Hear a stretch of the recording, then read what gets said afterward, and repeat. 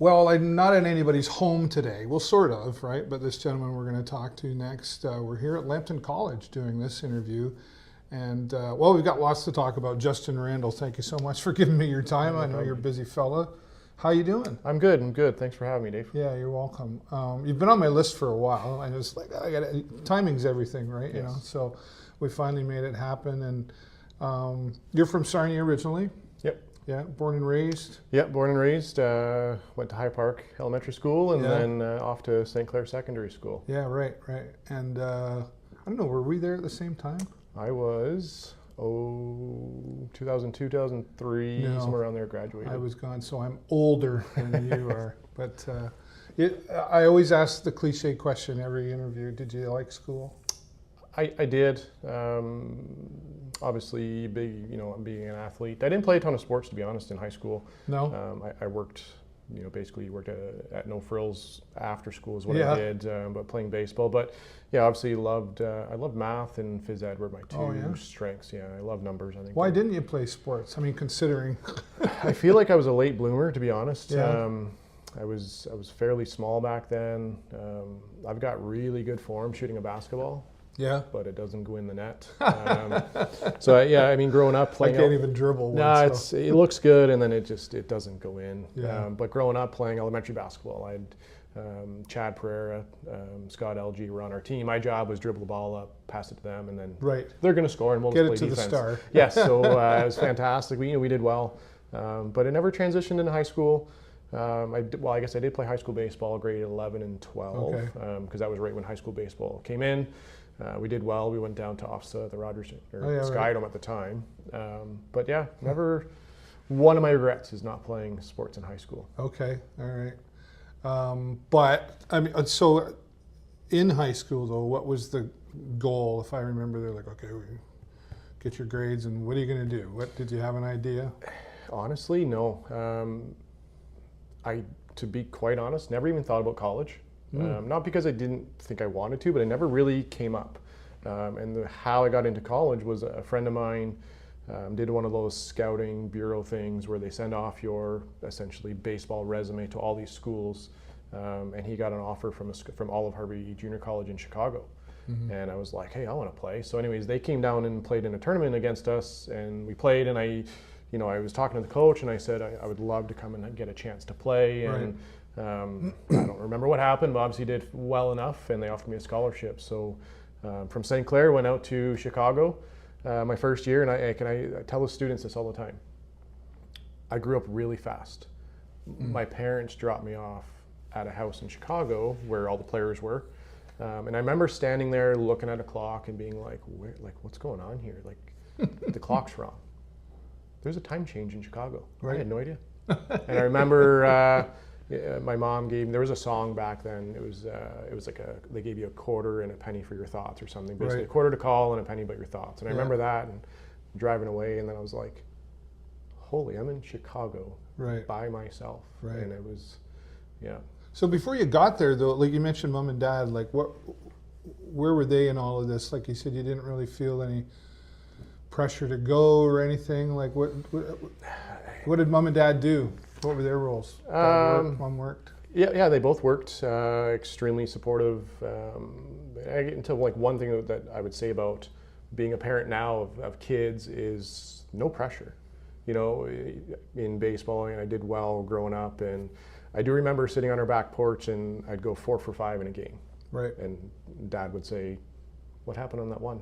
Like, Dad, like 4 of 5 is pretty good, but I know. I grounded out or whatever happened, but extremely supportive, no pressure, kind of, and always there, right? Even through my whole life, even now, they're always there to do whatever we need. Now, owning a house and helping out with kids. And do you have brothers and sisters? I do. I have 2 brothers and a sister, all older than me. But we younger ones like to point that out. Well, it's. And honestly, a great credit to my brother. Him and I were 3 years apart, so we were close. The older brother and sister are older than me, so but always played sports with my brother. Always, got along, and of course those, brotherly fights and whatever. Sure. But still close today, so it's great. Yeah. So back to where you say now you're in Chicago. You're looking around, you're like, WTF. A friend of mine had a Mustang well, it became a friend of mine. He was going to be my roommate there, and Okay. he's like, let's go downtown and let's pick up one of our teammates. His name's Cuban. Like, all right, great. So first night we go downtown Chicago, and it was eye-opening. It was not Sarnia. It was it was a much bigger city, and but honestly, and then kind of fast forward through the time. Every morning we got to drive by the skyline in Chicago. Still one of my favorite places. So you were nervous? Nervous, yes. And I always tell kids I coach, and my kid, like, when you feel nervous, it's because you have an opportunity, right? Yeah. I mean, kids come up with the bases loaded, game on the line, and I tell them you're supposed to be nervous because right. you have an opportunity. You could be playing a game at home with no nerves, but wouldn't you rather have an opportunity to do Well, something that's special? the whole getting out of the comfort zone thing, right? Yeah. So it's fair to say that that's when you said you grew up fast. That Yep. was the point, the tipping point, if you will, to Yep. whew, Yeah. here's life. Cooking, laundry, Yeah. time management, and and at that time didn't have a vehicle, so relying Right. on teammates, just Yeah. planning, and it was definitely, mom and dad were a phone call away, but they weren't there for waking up on time, Right, and right. getting to school, getting your homework done, juggling practice. Did they have e-transfers back then? Yeah, honestly, didn't we didn't even have like phone. Like, I mean, I never had a cell phone until my 5th year university. Yeah, it's like 2008 before I had like a I- iPhone. Same thing, 2008. Yep. Right. It was a Verizon Razr flip Yeah, phone. right. Yep. And I remember when I got texting, I was like, "This is what everybody's doing. This is so much Right. easier." Yeah. Right. So, how was that? Like you get there, you get the eye opener, and then you start to get. How long did it take before you were getting comfortable? A few weeks, and I would just say, unfortunately, the situation in Chicago didn't end up being what kind of a lot of the players thought. And now it's normal for the transfer portal in the NCAA. Back then, it wasn't. There was a whole bunch of rules in the NCAA and NJCA about switching Yeah. schools. But played the whole year, and then from there, I actually ended up transferring out and going to St. Clair Community College in Port Huron, Oh, which was nice. Came home and was able to live at home for a little bit. But Right. with the travel on the border and practice and that sort of thing, ended up living in Port Huron with a couple buddies that were on the team.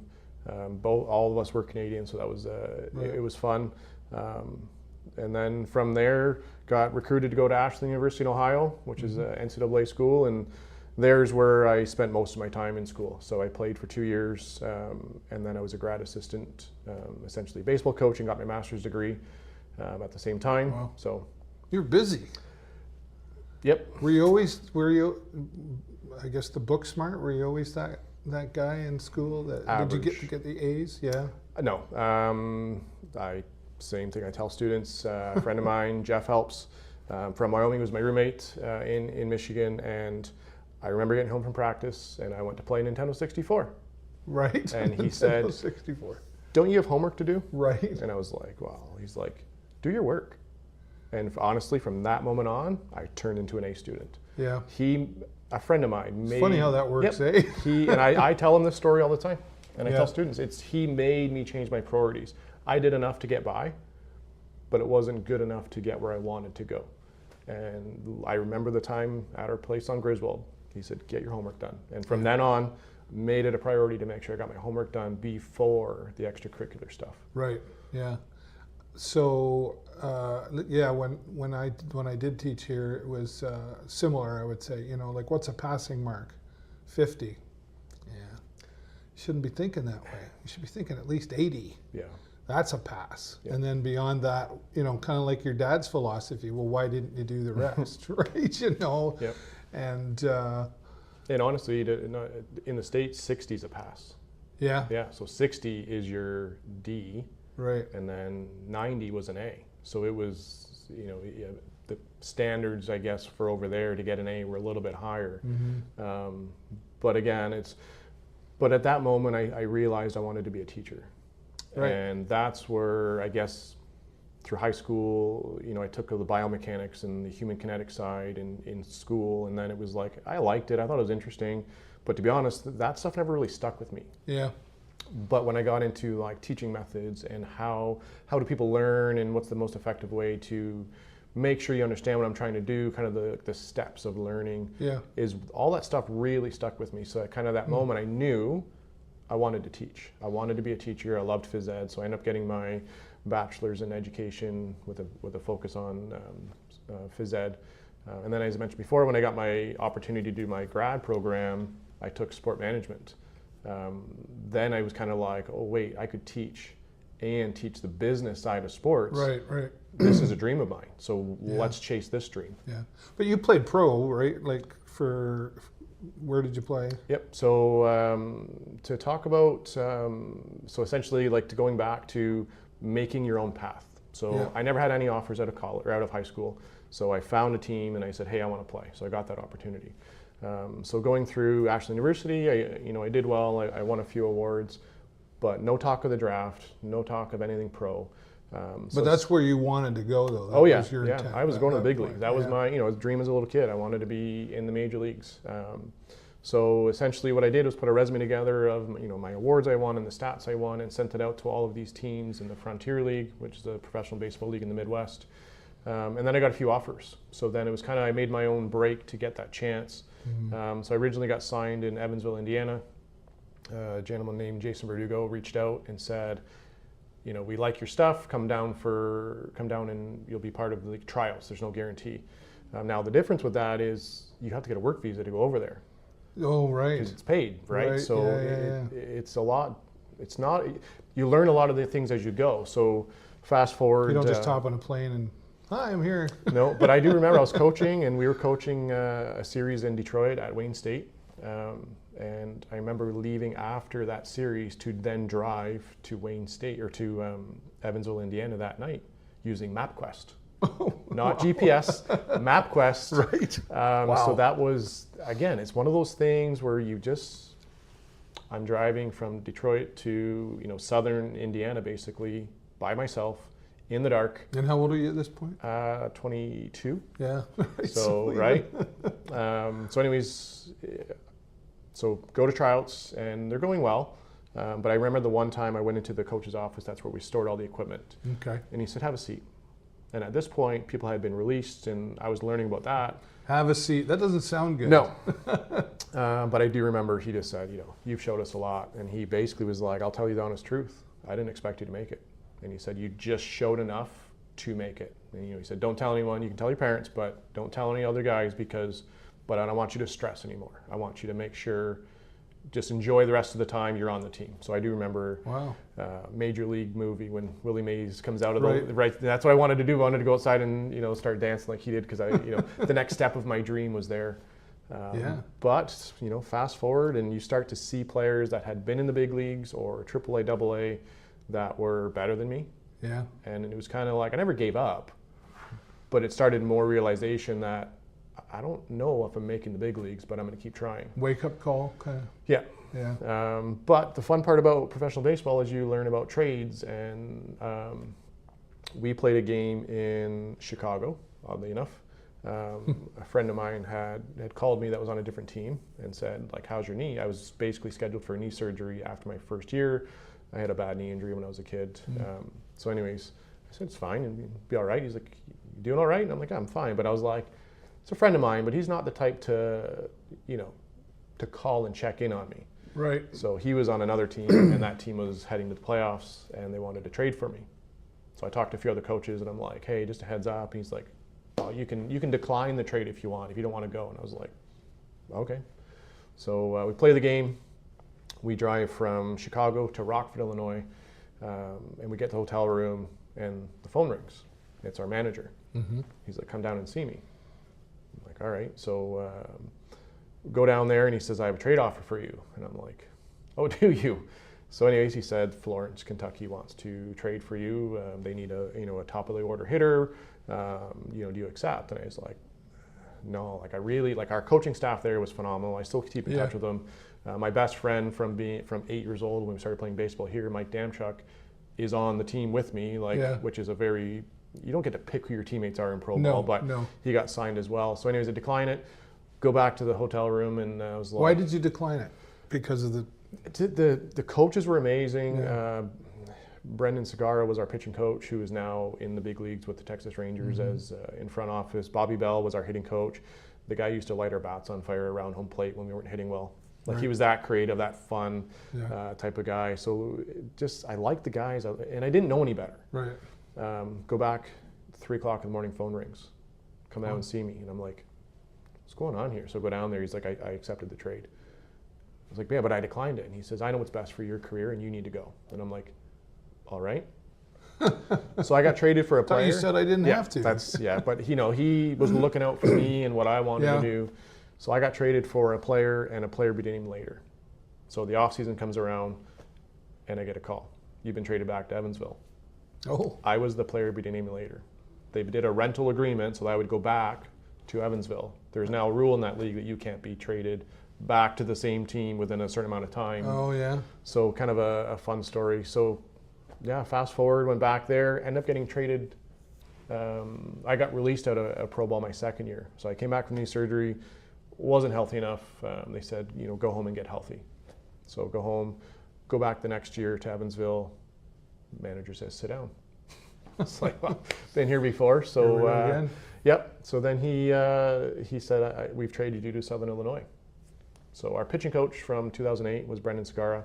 He's now the pitching coach in Southern Illinois. Him and I were close. They needed my style of player. So anyways, get traded, go over there. Not happy at the beginning because, again, I'm leaving the team that I want to be on. Right. But I will tell you that was one of the best moments of my life. Yeah.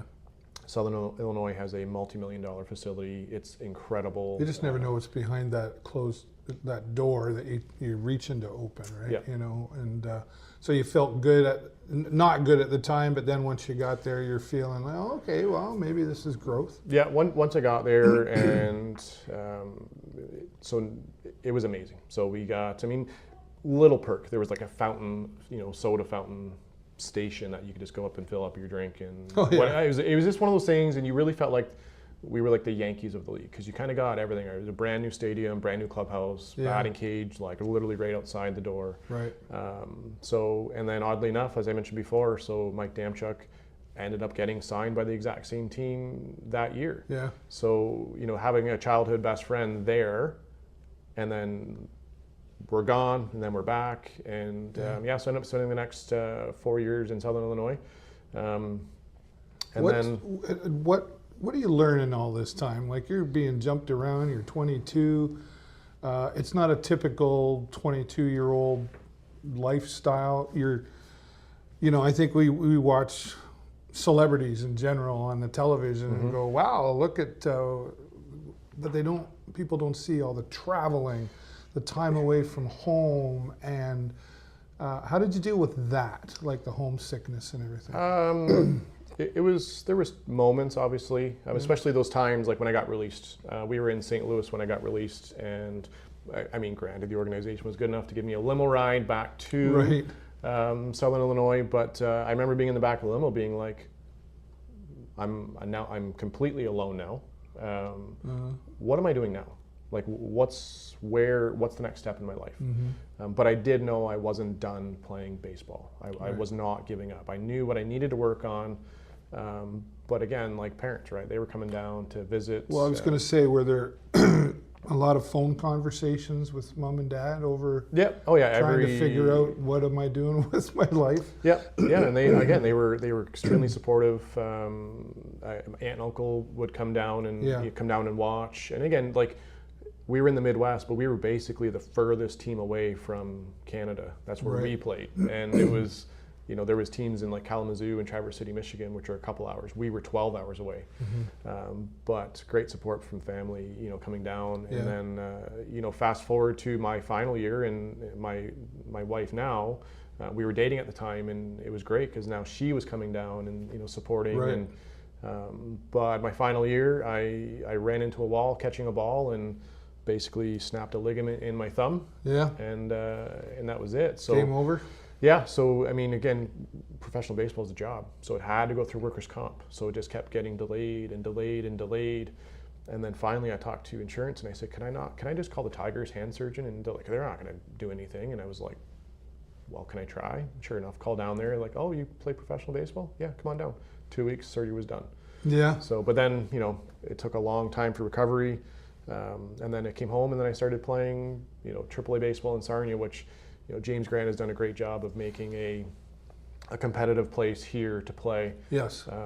So did that for many years. We won our eliminations, which seemed like no chance that's ever happening when we first started, but we kept building and kept getting better, and we ended up winning that and going to nationals. But I've since retired from that because now I coach my 2 kids in baseball. So. Oh yeah, right. Yes. Yeah, we'll talk about the family. Talk about your wife, Tamara, right? Yep. And what does she do? Yep. So she works for Integrity. So they robotic pigging. I don't want to speak out of line because I don't know it. I mean, I get it, but the terminology, that sort of thing, it's quite an interesting job. Wow. Very busy. And then we have 2 boys. Austin is 6, TJ's 8. Coach them both in baseball, coach them both in hockey.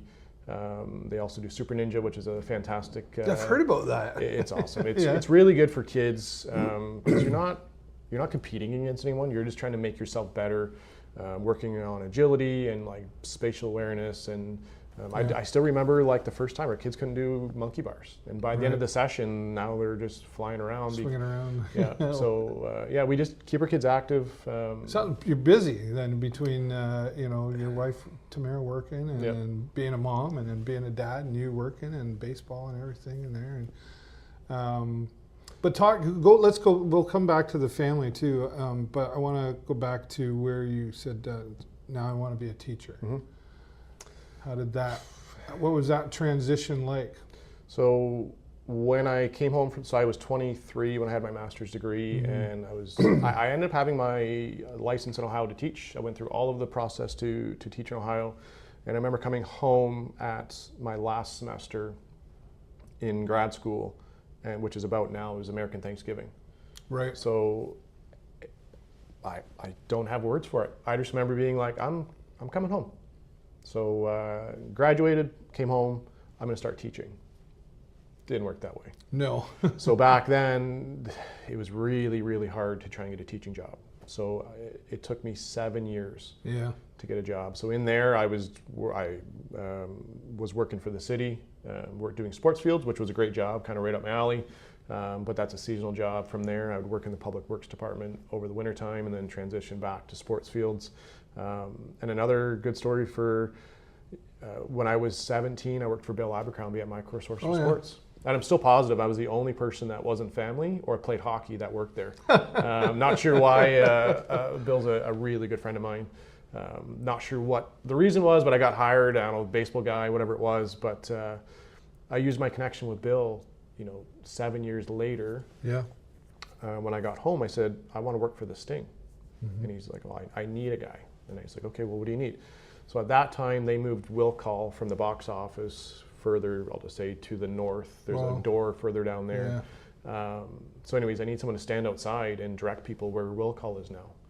So I remember being out there in rainstorms and blizzards and freezing cold, and in my head thinking, I have my master's degree and I'm getting paid minimum wage to stand out here and direct traffic.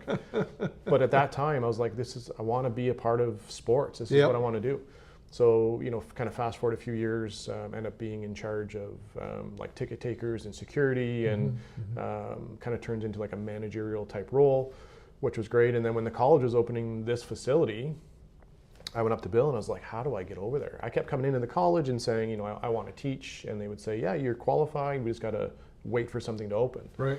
So Bill says, give me a few minutes. So he reaches out to a few people, and sure enough, it's Easter Monday. So we're, double time or whatever with the city. And I had a meeting scheduled at the college with, somebody that could help me.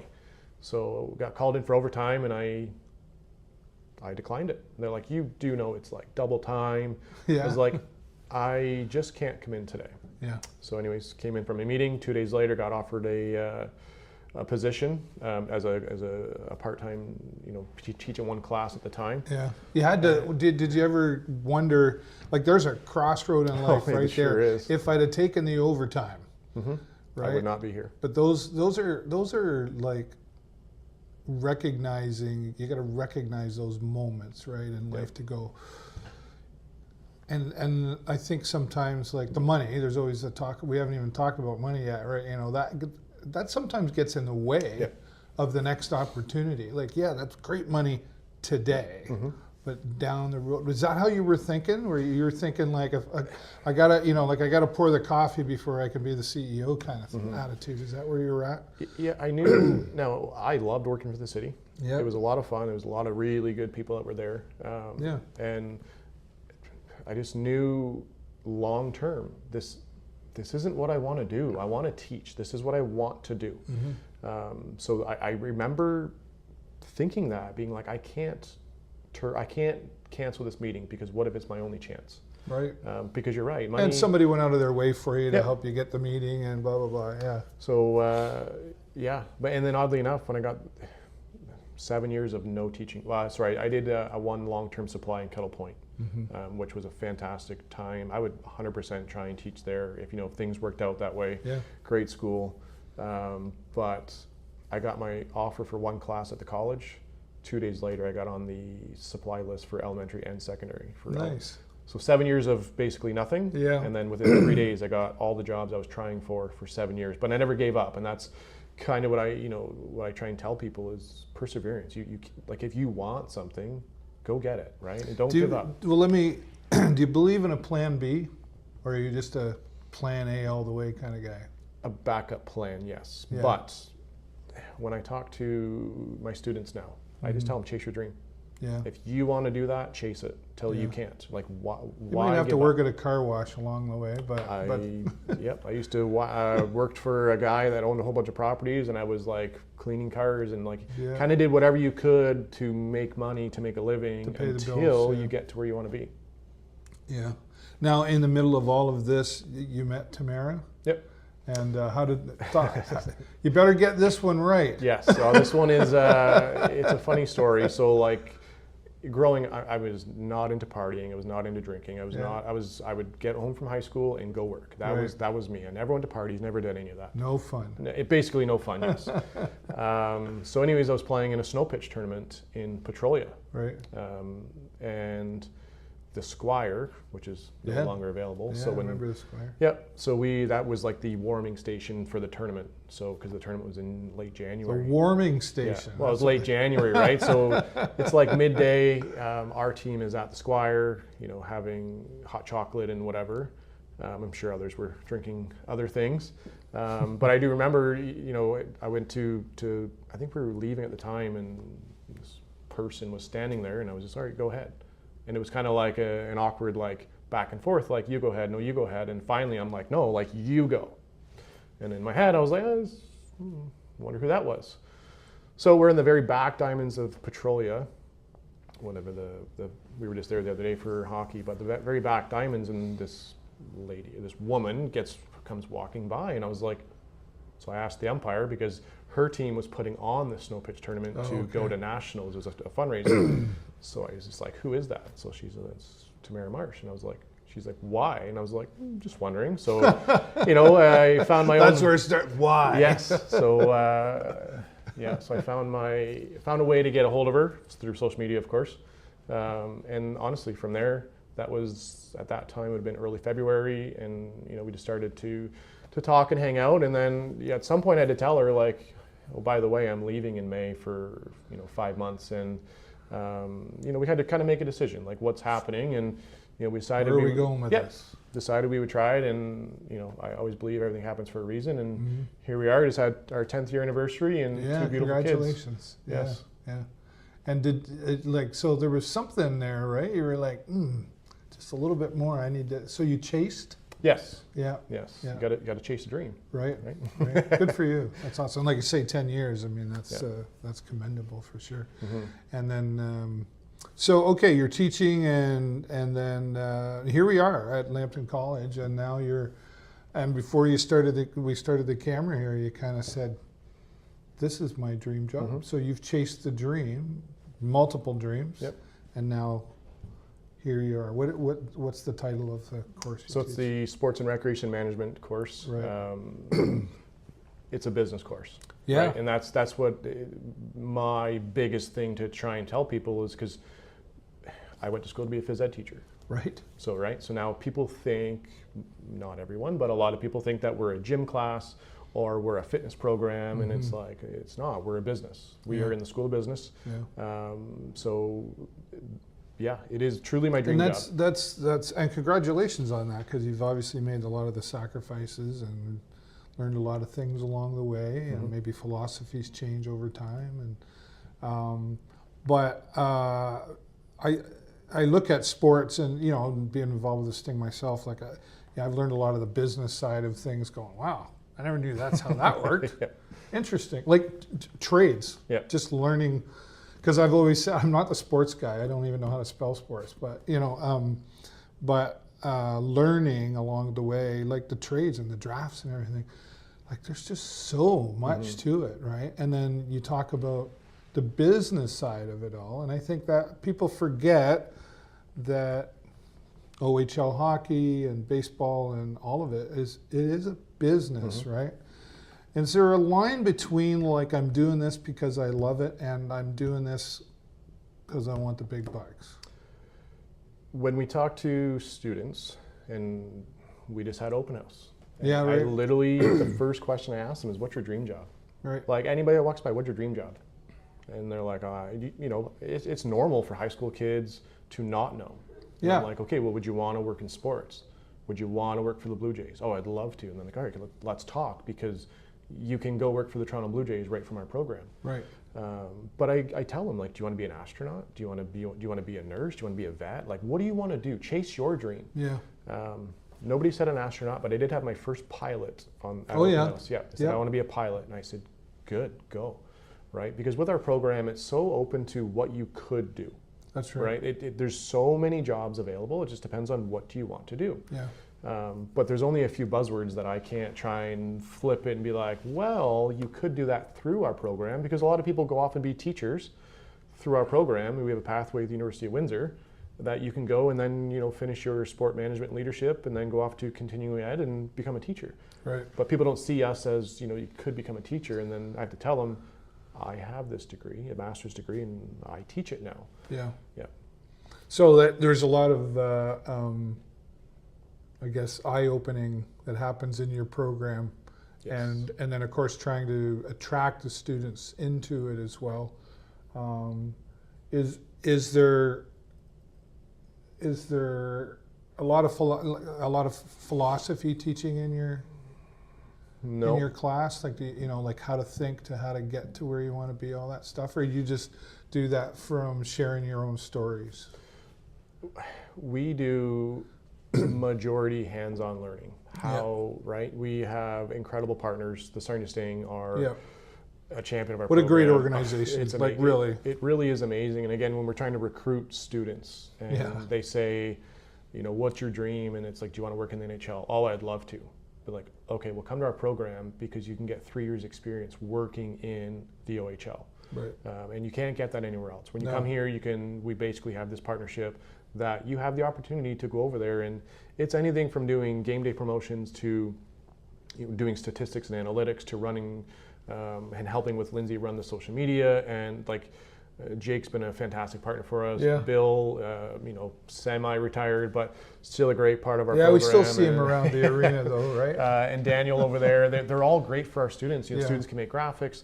The list goes on of the opportunities you can do in the OHL. And then just think about when, employers are looking to hire you and you have 3 years experience in the OHL when you graduate. Yeah.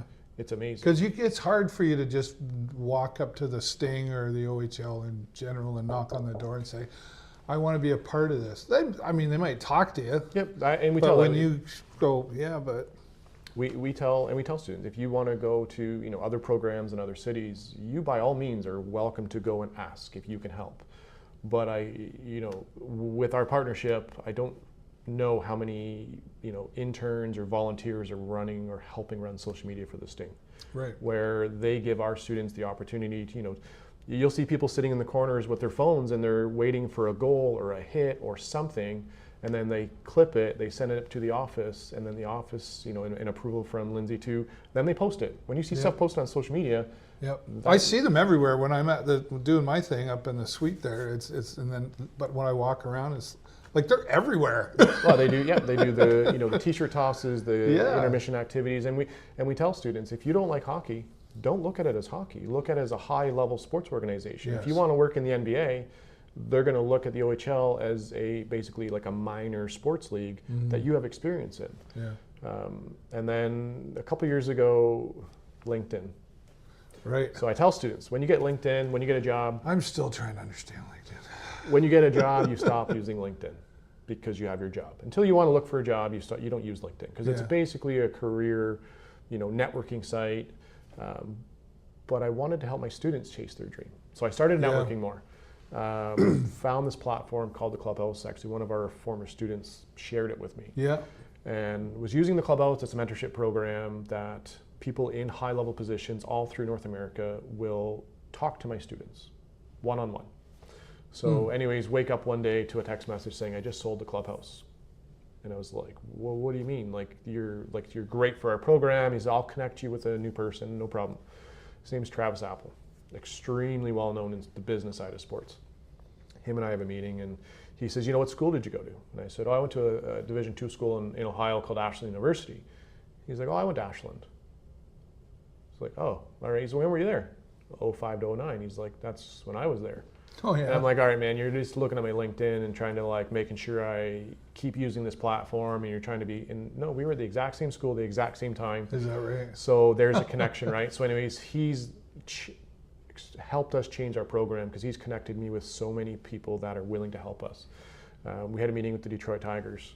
Wow. And I just basically talking and just saying, is there anything our program can do for you? I used to be jealous of the schools in Toronto because they're in Toronto.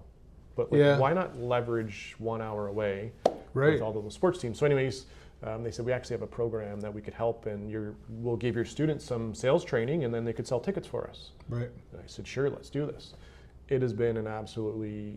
How you feeling when you're I mean, from the start of this conversation to where we're talking now, and you're sitting in a room with the Detroit Tigers. Yep. How you feeling in here? I feel like I wanted to play in the big leagues. Yeah. But now, I mean, not that I'm working for the Tigers, but essentially we're selling for the Tigers. So you're working with them. In a way, I made it to my original dream, I guess. It's in a different role, but it's just on a different field. Yeah. It's been a great partnership. And then from there, we did 2 years. We sold a lot of tickets for them. Students go down there and get, behind the scenes tours and see their business side. Last year they did, at the end of the year, they did game day operations with them. This year they couldn't because it was extremely busy because they ended up making a big run. Right. So, but anyways, I asked them, I said, do you think the Detroit Red Wings would want to do something like this? Right. So I have a meeting with the Red Wings, and they basically said, we don't really do much with college universities. And I said, hey, no problem. So then I explain our program and all the hands-on stuff we do. Students run tournaments, they run leagues, they create marketing plans, they make sponsorship proposals, and they actually make them for real businesses because that's the way you learn. Right. So at the end, he's like, let's do this. So now we sell tickets for the Tigers, we sell tickets for the Red Wings. So then I tell prospective students, you come through here, you get OHL experience, MLB experience, and NHL experience on your resume before you graduate. Yeah. I said, when employers want to hire somebody... Sign me up. I want to be there. When employers want to hire, they want experience. So we just tell them, well, you can graduate with that experience. Yeah. You've accomplished so much with it, right? And like you said, you're originally wanting to play on the field, and you're playing a different field, but you're feeling accomplished? Yes. Yeah. But you're not done yet. No, I was going to say, there's always something else, right? Yeah. Do you know what that is, or is it just you're just constantly keeping your eyes open? Always looking for opportunities. Yep. What's next? The college has a great slogan for what comes next, because I'm literally always looking for the next thing. Mm-hmm. But honestly, with our partnership with Tourism Starting in Lambton, we get these amazing opportunities. We just had 25 students working with Hockey Canada at the World Under-17. I know, right? And Wednesday, the national boxing event is coming. Yep. Right, so now we tell students, and then the college hosted the provincial baseball tournament. Yep. So in our program, in a couple months, you can work at a provincial baseball tournament, a world hockey championship, and a national boxing event because of our part. And it all goes back to networking, making partnerships, because I want to help my students chase their dream. Yeah. So what's next? Working on the PWHL. Oh, interesting. That is a booming league. Yeah, so absolutely. we want to help grow women in sport. There's been a big shift, obviously. And there's a couple local women that are involved with that as well, right? Yeah, there's been a big change, and like more women are becoming in prevalent roles, as they should. Yeah. So we want to help support and push, and having our partnerships with who we have. I've had conversations. We'll leave it at that. There's nothing official yet, but that is kind of all right. That's You our heard next, it here first. That's We'll my follow next organization, or whatever you want to call it, to partner with, to give the students the opportunity to get into their dream jobs. Let's go back to your family and your young children. Like you say, they're both playing baseball. What's the boys' names? 6-year-old is Austin, and 8-year-old is TJ. Okay, so what are you teaching them out of all of this? I mean, I know they're still young, but that's a time to start molding, right? You know, like what? Are you teaching them the chase your dream thing already? Oh yeah. We always ask them, what do you want to do? And every as they get older, I remember TJ wanted to be a helicopter pilot, right. And then a ninja, and I think his last one was he wants to play in the MLB. So okay. It's as you get more involved in sports, they start to enjoy it. When I was at Ashley University, we had a sports psychologist. Okay. His name's Kurt Ickes. He is now an author of like best-selling books on basically the psychology of sports for youth.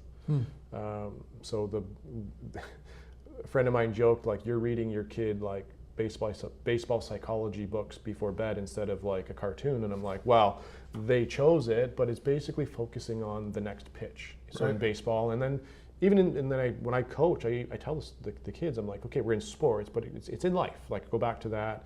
You feel pressure. That means you have an opportunity. So baseball, we play one pitch at a time. So parents of the kids on my team have been great. So a few of them have bought the book and teaching the kids, because you're 8, you're going to make mistakes. Big league players make mistakes. Now, you've got to forget that and move on to the next pitch, right?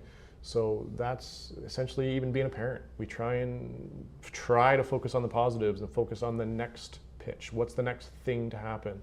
And then my coaching philosophy is I don't yell. Yelling doesn't work. Shuts people down. Don't scream at your kids to skate harder, to run, right? Like, enjoy the moment. So there's Coach Ballgame is on Facebook, and I idolize that guy. He's all about enjoying the moment, right? Your kids are, right? I've coached TJ for 3 years now, and who knows? He's doing well at baseball. Maybe he makes the Great Lakes Canadians or whatever happens in a few years. Yeah. I may have already coached him for half of the time that I get with him. So try to enjoy it. I remember one time we were at a hockey practice, and I'll say I raised my voice a little bit to him to skate faster. Right. And then I remember skating away thinking, like, what did that just accomplish? Nothing. Yeah. Except I raised my voice to my kid about being at a sport and enjoying. So from that moment, there's an encouraging voice, and then there's an angry voice. There was one time the kids came off the field, and he said, "Dad, why are you always yelling at us?" I was like, well, teach, there's a difference between yelling and coaching.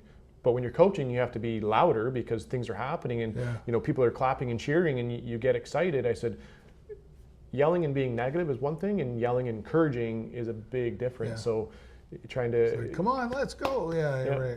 Compared to come on, let's go. There's a big we have a slow, like. But that was a style though of coaching, like we call it old school, I guess, right? And that was hockey, baseball. I remember playing. I played for Sarnia Township, a hardball travel team, and oh man, we had a coach, and he just loved to yell. And I stopped playing.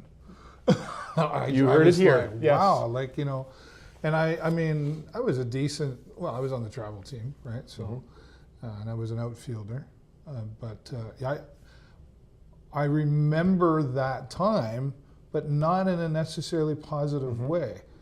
I could have remembered the same time, but in a positive way had I had that. But that's. I feel like parents/coaches need to know what's the percentage of your kid making it.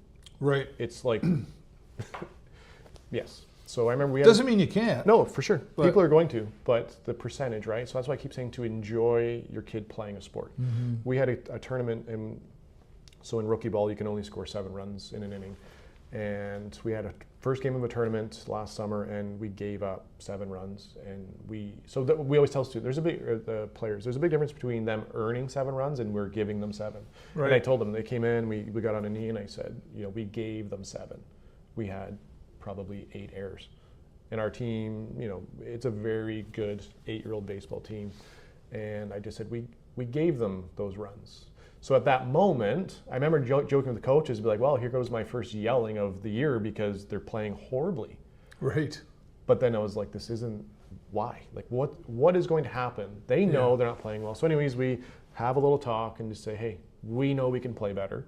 Now you've got to learn to, to battle back, and let's chip away at it. And anyways, came back and we won the game. And I do remember talking to them being like, how would you guys have felt if I would have yelled at you? And they would have been like sad. And I'm like, there you go, youth sports. You want your players to be sad?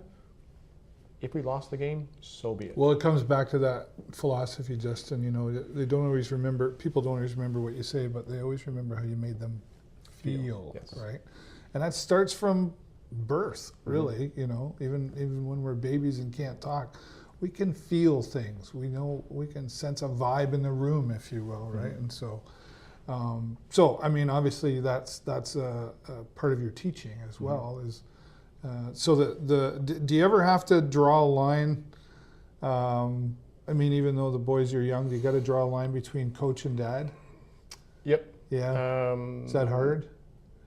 Yes and no. So the nice thing, I'm fortunate to have the coach, like the assistant coaches. So for TJ's team, I'm the head coach. On Austin's team next year, I'll be an assistant. Okay. But on TJ's team, as the dads, we don't coach our own kids. We don't talk to our own kids if they're misbehaving or whatever, because they're kids, right? It's the better way to do it because now they're getting it from somebody else. Because I'm dad, right? So it's like trying to teach hitting. My kids, I feel like yeah, what do you know?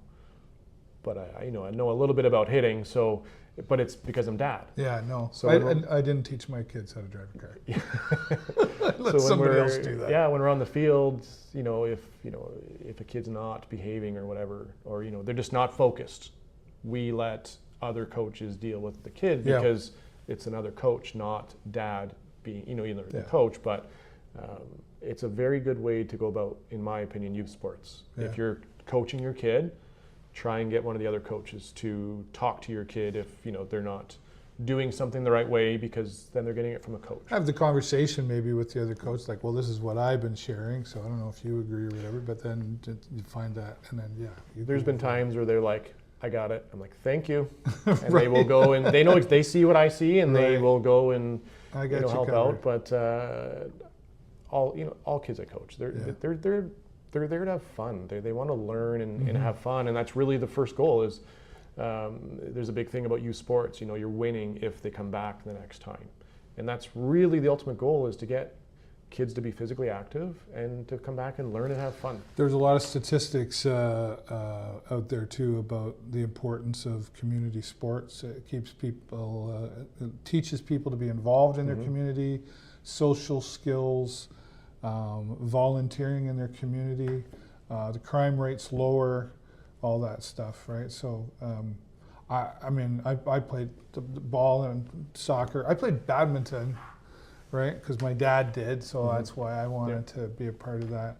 And you can certainly, anybody who's played sports can certainly attest to the fact that it's supposed to have a positive outcome to it, right? And so that's the importance of that as well. What else do you do? Like, are you traveling? I think you were just talking like you just went on a nice vacation. Yeah, went on our 10-year anniversary trip. So because you didn't have a honeymoon, you said, right? No, I just got a job with the city, basically at the same time we got married. And Tamara just got a new job as well. So it wasn't really the right time to be going away. We said, we'll go away. And then we didn't, and then you get kids, and then it was hard. It was a hard decision to go on vacation without them, but great supporting staff with her dad and my parents. Awesome. Like her dad and Jerry and Stan are, great supporters, and they, the kids love when they pick them up from school because it's something different, right? So they need a break from mom and dad too. Yeah, and they really do. Every day, are we going to Grandpa and Nana's or Grandma and Grandpa's? Like, are we going? Are we having a sleepover? They're always asking, and because they love being there and they love that. So, as far as travel, kids sports, and honestly, like when we have a night off, you look forward to that night off. But then when dinner's done at 5:15, it's like, well, what do we do now? Yeah. So now it's basically hockey season. So now it's all about the kids. Oh yeah. Now we go downstairs and we play many sticks, and when the weather's nice, we're fortunate to live on a cul-de-sac, and we're out there hitting baseballs, and it depends on the sport, what's happening, and we're always, even on the nights off, we're out doing Are you stuff. watching the TV together when you're watching the baseball and the stuff? Yeah. And as kids get older and they start to understand the games, it's a little bit more fun because now they're kind of having an idea of they're involved. They understand the game. Saturday nights are fun, depending on what's happening, but usually let the kids stay up for the first period of Hockey Night in Canada. I still remember doing it with my dad, watching Hockey Night in Canada. So look forward to that. That was the one time it was like, that's Dad's TV. Even, you can have it all the rest of the week. Luckily, Tamara's a big Leaf fan too, so there's no there's no arguments on what we're watching. Right. Those Saturday nights are special. Nice. Justin, thank you so much for your time. I mean, this has been so, we've known each other a long time, but this has been really learning for me. Awesome. So I appreciate that. Thank you. Thanks for having me. Congratulations on all your success. Thank you. And thanks to all of you for watching. You know what I always say, click the like and the love and the share button so we can share Justin's story and everybody else that's on here. But as always, that's all the time I got for you this week. Have a great week and an even better weekend. We'll see you next time right here in the show. Bye for now.